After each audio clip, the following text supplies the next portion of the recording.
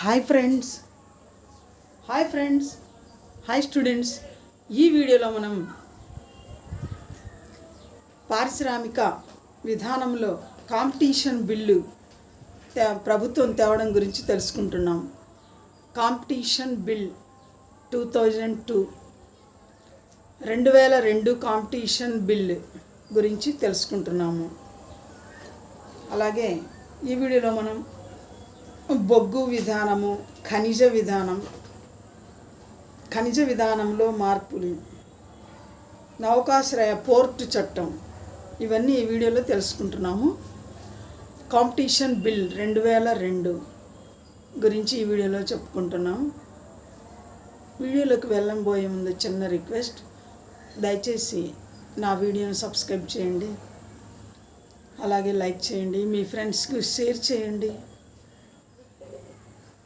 నా ఛానల్ సక్సెస్కి మీ సహకారం ఎల్లప్పుడూ ఉంటుందని నేను ఆశపడుతున్నాను. Thank you very much. Competition bill ఈ కాంపిటీషన్ బిల్లును లోక్సభలో 2001 జూలైలో ప్రవేశపెట్టబడగా, ఈ కాంపిటీషన్ బిల్లు 2002 డిసెంబర్ 16న లోక్సభ మూజువానీ ఓటుతో ఆమోదం తెలిపింది. కాంపిటీషన్ బిల్లులోని ముఖ్యాంశాలు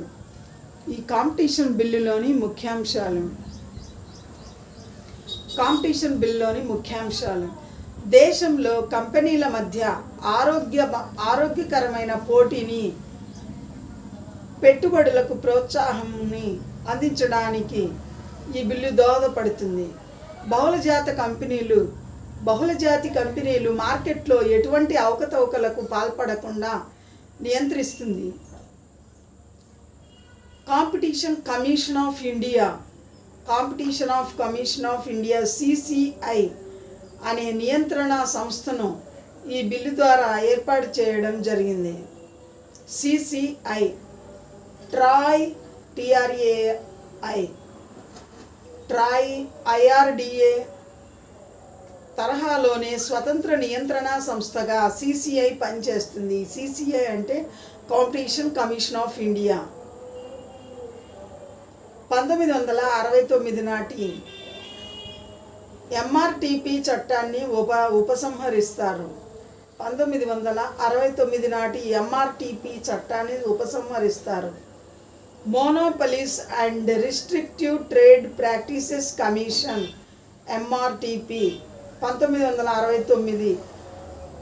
దీని స్థానంలో కొత్త నియంత్రణ సంస్థ ఏర్పాటుకు ఈ బిల్లు, కాంపిటీషన్ బిల్లు, వీలు కల్పించింది. కొత్త నియంత్రణ సంస్థ అంటే competition commission of India CCI. 1969 నాటి MRTP చట్టాన్ని ఉపసంహరిస్తారు.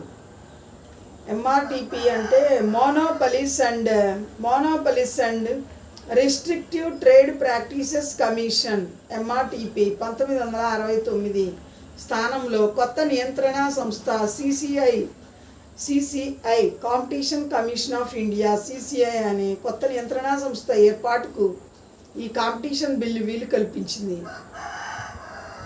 1000 కోట్ల రూపాయల ఆస్తులు, 3000 కోట్ల రూపాయల టర్నోవర్ ఉన్న కంపెనీలు మాత్రమే CCI పరిధిలోకి వస్తాయి. 1000 కోట్ల రూపాయల ఆస్తులు, 3000 కోట్ల రూపాయల టర్నోవర్ ఉన్న కంపెనీలు మాత్రమే CCI పరిధిలోకి వస్తాయి.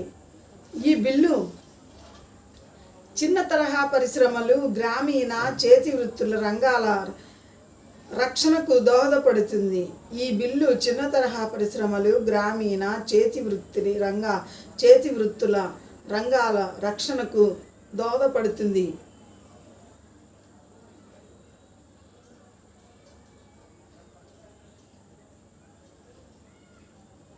ఈ కాంపిటీషన్ బిల్లు 2001 జూలైలో లోక్సభలో ప్రవేశపెట్టబడగా, 2002 డిసెంబర్ 16న లోక్సభ మూజువానీ ఓటుతో ఆమోదం తెలియజేసింది. కాంపిటీషన్ బిల్లుతో దేశంలో పెట్టుబడులు అధికమవడంతో పాటు పోటీ పెరుగుతుందని అప్పటి ఆర్థిక మంత్రి జస్వంత్ సింగ్ తెలిపారు.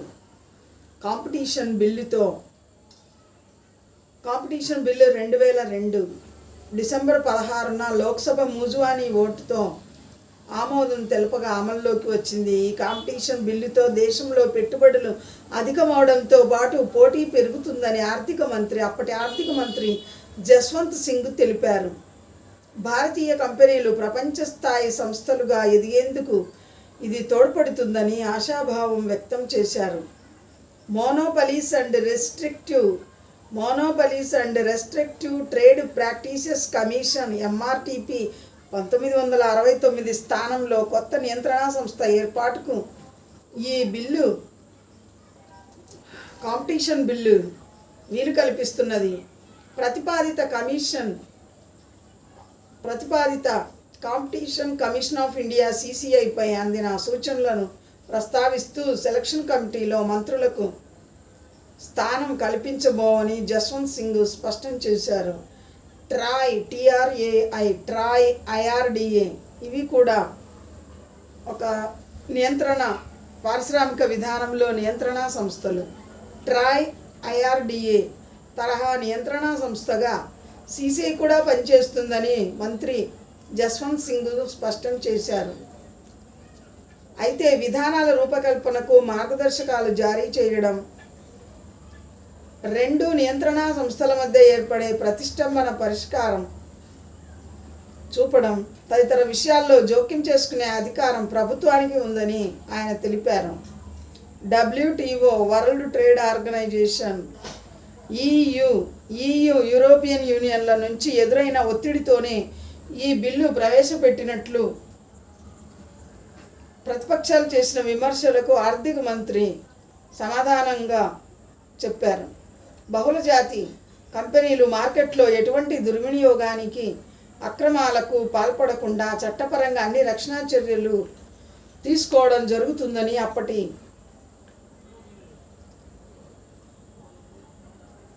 మంత్రి జస్వంత్ సింగ్ తెలిపారు.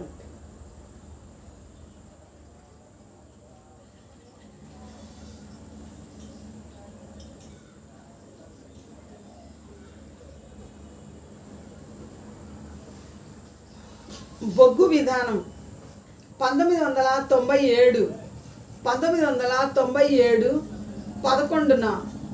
ఫిబ్రవరి 11న బొగ్గు విధానం 1997 ఫిబ్రవరి 11న కేంద్ర ప్రభుత్వం కొత్త బొగ్గు విధానాన్ని నిర్ణయించింది. బొగ్గు లిగ్నైట్ మైనింగ్కు భారతీయ ప్రైవేటు కంపెనీలను అనుమతించాలని నిర్ణయించారు. విదేశీ పెట్టుబడుల అభివృద్ధి బోర్డు రూపొందించిన విధానం ప్రకారం భారతీయ పబ్లిక్ కంపెనీలు విదేశీ పెట్టుబడి భాగస్వామ్యాన్ని కలిగి ఉండవచ్చు. బొగ్గు తవ్వకం, వెలికితీత కార్యకలాపాలలో మాత్రం విదేశీ కంపెనీలకు అనుమతి లేదు. Grade non cooking coal, soft coke, hard కోక్ల ధరలు, పంపిణీపై ఉన్న నియంత్రణలు ఎత్తివేయాలని కేబినెట్ నిర్ణయించింది. 2000 సంవత్సరం జనవరి 1 నుంచి ఈఎఫ్జి గ్రేడ్ల నాన్ కుకింగ్ కోల్ ధరలను తామే స్థిరీకరించుకోవచ్చని coal India limited, Singareni collieries company limited అనే కంపెనీలకు అనుమతిని ప్రభుత్వం మంజూరు చేసింది. ఈ కాలపరిమితి ముగిసిన తర్వాత మార్కెట్ పరిస్థితులకు అనుగుణంగా ధరలను స్థిరీకరించుకోవాల్సి ఉంటుంది.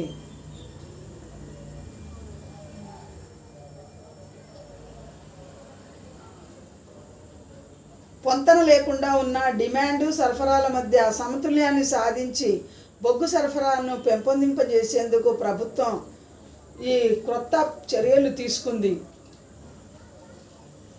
ఖనిజ విధానం వెండి తగరంతో సహా 15 ఖనిజాలపై కంట్రోళ్లు ఎత్తివేత, ప్రైవేటు బహుళజాతి పెట్టుబడులకు అనుమతించడం, గనుల లీజు కనీస కాలపరిమితి 20 ఏళ్లుగా నిర్ధారించడం, 1994 జనవరి 25న రాష్ట్రపతి డాక్టర్ శంకర్ దయాళ్ శర్మ జారీ చేసిన ఆర్డినెన్స్లోని ముఖ్యాంశాలు. వెండి తగరంతో సహా 15 ఖనిజాలపై కంట్రోళ్ల ఎత్తివేత, ప్రైవేటు బహుళజాతి పెట్టుబడులకు అనుమతించడం, గనుల లీజు కనీస కాల పరిమితిని 20 ఏళ్లకు నిర్ధారించడం. 1994 జనవరి 25న రాష్ట్రపతి డాక్టర్ శంకర్ దయాళ్ శర్మ జారీ చేసిన ఆర్డినెన్స్లోని ముఖ్యాంశాలు ఇవి. ఒక్క ప్రభుత్వ రంగ ఆధీనంలోని 15 ఖనిజాలను ప్రైవేటు రంగానికి బహుళజాతి సంస్థలకు కూడా అనుమతించారు. ఈ ఖనిజాల కోసం తవ్వకాలు జరపాలంటే సంబంధిత రాష్ట్ర ప్రభుత్వాలు కేంద్రం నుంచి ముందుగా అనుమతి తీసుకోవాల్సి ఉండేది. ఇప్పుడు ఈ నిబంధనను కూడా తొలగించారు. గతంలో ఈ ఖనిజాల కోసం తవ్వకాలు జరపాలంటే సంబంధిత రాష్ట్ర ప్రభుత్వాలు కేంద్రం నుంచి ముందుగా అనుమతి తీసుకోవాల్సి వచ్చేది. ఇప్పుడు ఈ నిబంధనను సడలించారు. రిజర్వేషన్ కోటా నుంచి మినహాయించి 15 ఖనిజాలు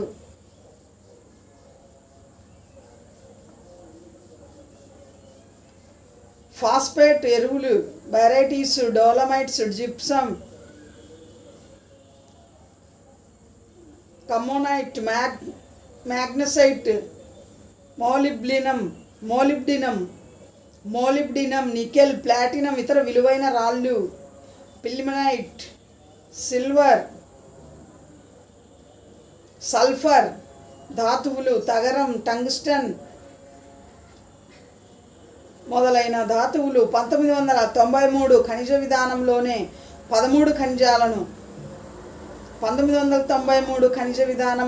13 ఖనిజాలను రిజర్వేషన్ కోటా నుంచి మినహాయించగా 1994 ఆర్డినెన్స్లో ఈ జాబితాలో మరో 2 ఖనిజాలను అదనంగా చేర్చారు. అవి తగరం, వెండి. 1993 ఖనిజ విధానంలోనే 13 ఖనిజాలను రిజర్వేషన్ కోటా నుంచి మినహాయించగా 1994 రాష్ట్రపతి ఆర్డినెన్స్లోని ఈ జాబితాలో మరో 2 ఖనిజాలను అదనంగా చేర్చారు. అవి తగరం, వెండి. ఆ ఖనిజాలు తగరం, వెండి. ఖనిజ విధానంలో మార్పులు. విదేశీ ఈక్విటీ ప్రతిపాదనలన్నింటినీ విడివిడిగా విదేశీ పెట్టుబడుల ప్రోత్సాహక బోర్డు ద్వారా క్లియర్ చేయడం. విదేశీ ఈక్విటీ ప్రతిపాదనలు అన్నింటినీ విడివిడిగా విదేశీ పెట్టుబడుల ప్రోత్సాహక బోర్డు ద్వారా క్లియర్ చేయడం. మైనింగ్ ప్రాంత పరిమితుల పెంపు. ఎక్కువ కాలం పాటు అన్వేషక ప్రాంతాన్ని పెండింగ్లో ఉంచకుండా దశలవారీగా క్లియర్ చేయడం. ఖనిజాల అన్వేషణ సమయంలో పర్యావరణ దెబ్బతినకుండా పరిశీలించేందుకు కమిటీల ఏర్పాటు మొదలైనవన్నీ ఖనిజ విధానంలోని తీసుకున్న మార్పులు. ప్రధానంగా ఈ మార్పులు మైనింగ్ రంగంలో ప్రైవేటు మరియు విదేశీ పెట్టుబడుల ప్రోత్సాహకానికి ఉద్దేశించబడినవి.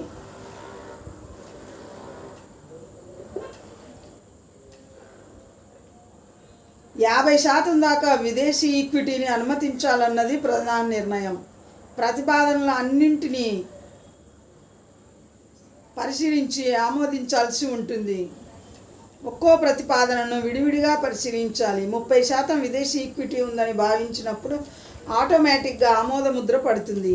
ఖనిజ అన్వేషణకు సంబంధించి పరిశీలించాల్సిన ప్రాంతం యొక్క విస్తీర్ణాన్ని 5,000 చదరపు కిలోమీటర్లకు పెంచారు. ఇంతవరకు ఇది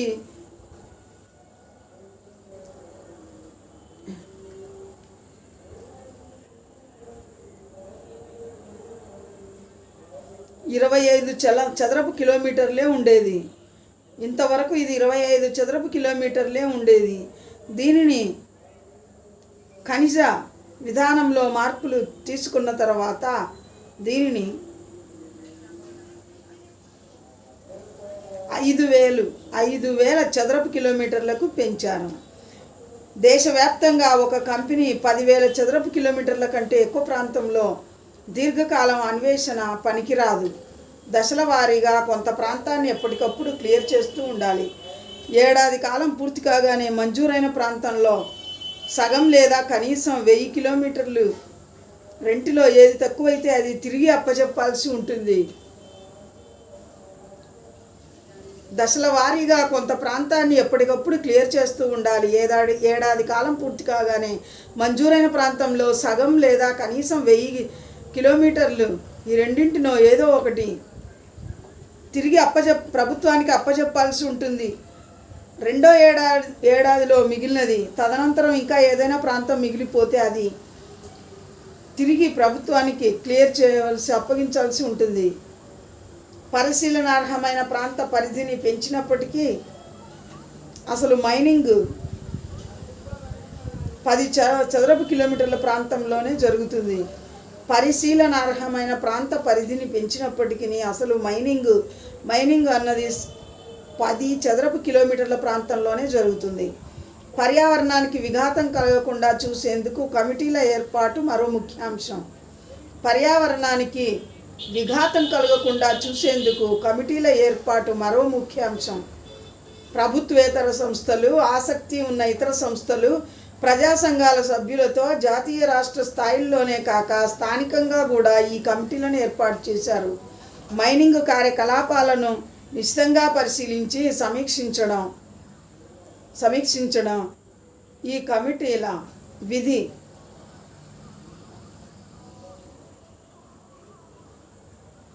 పర్యావరణానికి విఘాతం కలగకుండా చూసేందుకు ఈ కమిటీలు నిశ్చితంగా పరిశీలించవలసి ఉంటుంది. స్థానిక అవసరాలు తీరాక ముడి ఖనిజ ఎగుమతిని అనుమతిస్తారు. స్థానిక అవసరాలు తీరాక అంటే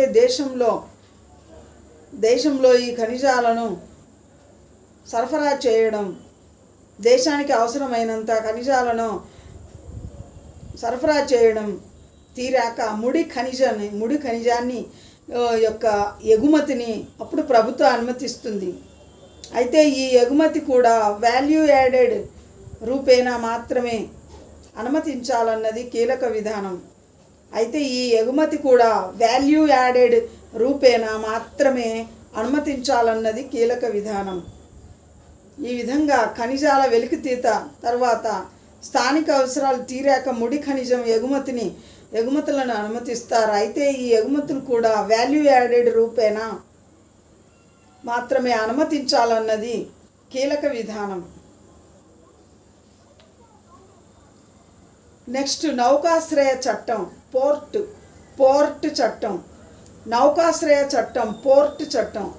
ఉపరితల రవాణా మంత్రిత్వ శాఖ కొత్త నౌకాశ్రయ చట్టం 1999 జూన్లో తయారు చేసింది. ఉపరితల రవాణా మంత్రిత్వ శాఖ కొత్త నౌకాశ్రయ చట్టాన్ని 1999 జూన్లో తయారు చేసింది.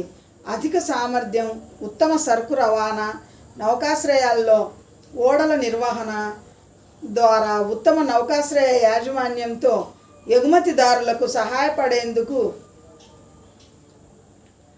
1908 చట్టం స్థానంలో ఈ కొత్త చట్టం 1999 జూన్లో ఈ కొత్త చట్టాన్ని ప్రవేశపెట్టారు.